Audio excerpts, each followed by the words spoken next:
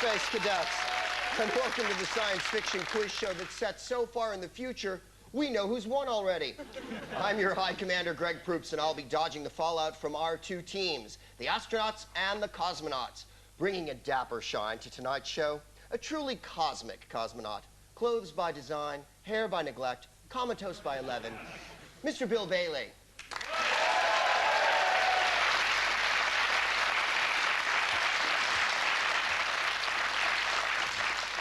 Feeding Bill Lines, a comic science fiction author who once said, "You can only do so much in half an hour and get laughs on a BBC budget." He's been on Channel 4 for 10 seconds, and already he's nostalgic. Red Dwarf's creator, Rob Grant.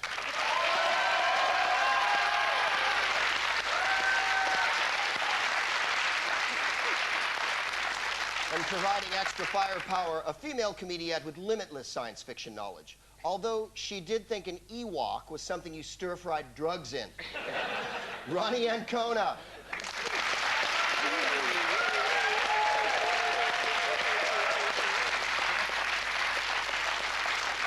Focusing photon torpedoes in opposition, the astronauts, led by a captain who, in Red Dwarf, introduced the world to a brand new swear word in Smeg.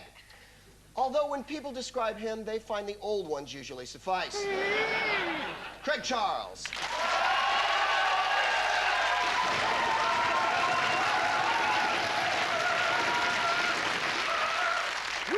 Acting as Craig's flight officer, a humanoid who made his name on the high melanin content comedy show, The Real McCoy. As well as wowing stand-up audiences, he's also an accomplished singer, prompting one reviewer to dub him a Black Michael Jackson. Mr. Felix Dexter.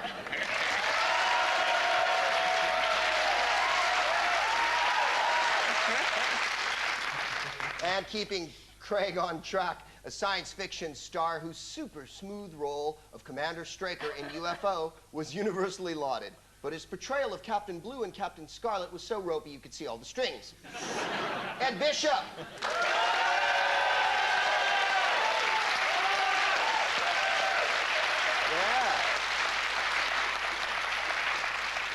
That's right, it's all good. Our initial test is simply titled First Contact. It's a full-beam science fiction trivia scan for each team individually. Although if their data response is insufficient, their opponents can zap in. Craig's astronauts, let us begin. You have 90 Earth seconds. What is rollerball in the film of the same name? Am I missing something here, or is it a ball that rolls? Was it actually a cabaret act that could juggle his own testicles? Whoa. Is it James Caan's deodorant? No. It was the actual game itself, rollerball. You throw the ball into the thing, the whole, you know, skate around and all that. That was the game. We were just joking. Captain Straker, I'm going to defer to your superior intelligence. That is correct. Thank you very much. Thank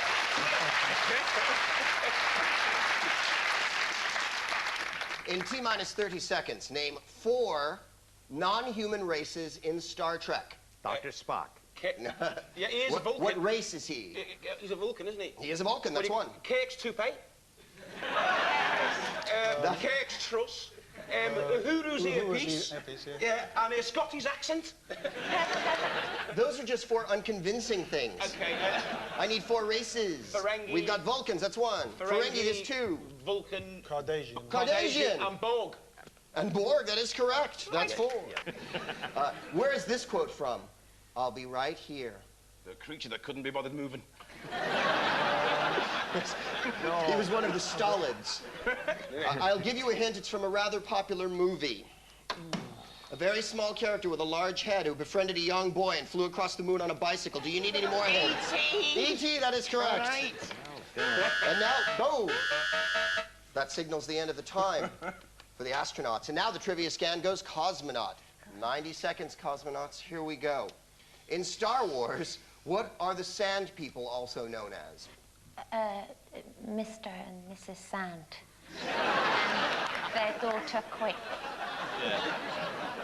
Indeed they are, if you know them closely.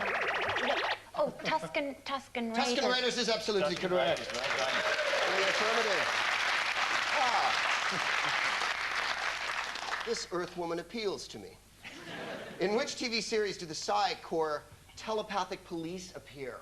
the Psychor Telepathic Police. It would be a short series. Yes? Because like they go in and say, hey, he did it. That's all. There's no wanted poster. No. They just go, you. I knew it.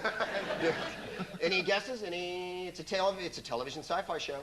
That narrows it down. Space telepathy cops go mental.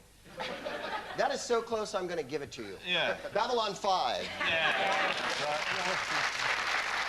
Now, cosmonauts, your May the 4 be with you mission is to name 4 captains from Captain Scarlet.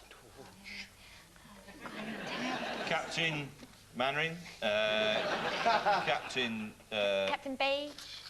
Captain Black. That's one. Taupe. Captain Magenta. Captain Black, Captain Magenta, that's 2. Captain sort of off-white. Captain Blue. Captain Blue, that's 3. Scarlet. Oh, Captain one more. Captain... We have Captain Black, Captain Blue, Fantastic. Captain Magenta. Captain Stupid. Captain... Captain Scarlet. Captain Scarlet, that is correct. Captain Scarlet. That's 4. Wow, they're like the Reservoir Dogs of the 70s, huh? How come I can't be Captain Black? Because everybody wants to be Captain Black. Our conflict continues now under the task head, Future Shock. Both factions shall monitor a sci-fi clip.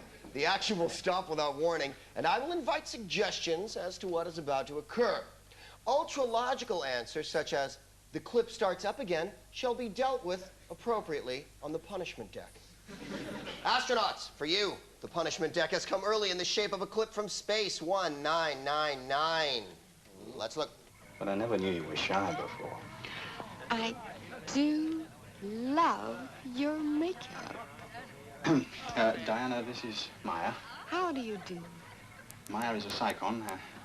She's the last of her species. I'm not surprised.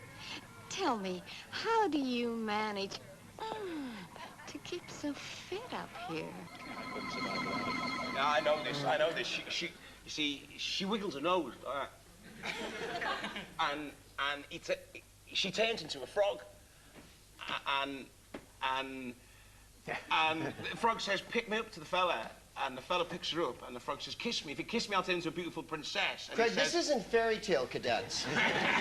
This is space cadets. And he says, "At my age, I'd rather have a talking frog." Actually, what happens is... Felix, would you like to visit the planet Coherent?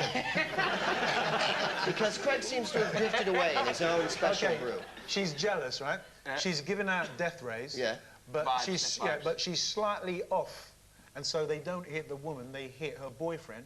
He turns into John Inman and starts chatting himself up. What? And you went with him?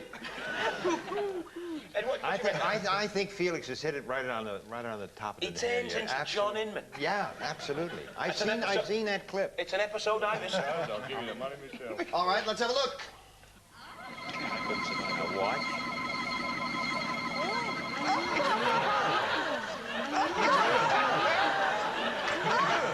Very frog-like. No. Unfortunately, you were wrong. She wasn't a frog, nor did she turn into John Inman. As you can see, she turned into some sort of bizarre, bug-eyed monster thing. Which can happen, so watch yourselves. Especially when the chick has sideburns. And cosmonauts, your clip comes from a more ancient version of the future. Here we go. Right. Go. Fantastic acting skills there. Hey, it's great acting. Double take, city that. I don't know, the rocket, it goes off with a, cheap, very Polish rockets. Shall we try again with some humor? Okay, the rocket went out the window. What do you guys think happened next? It came back.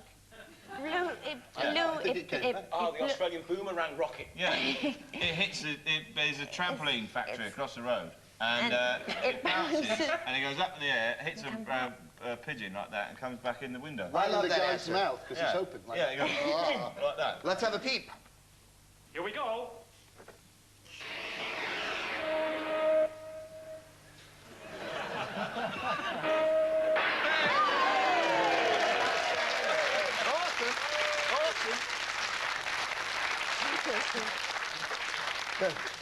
How did you know that?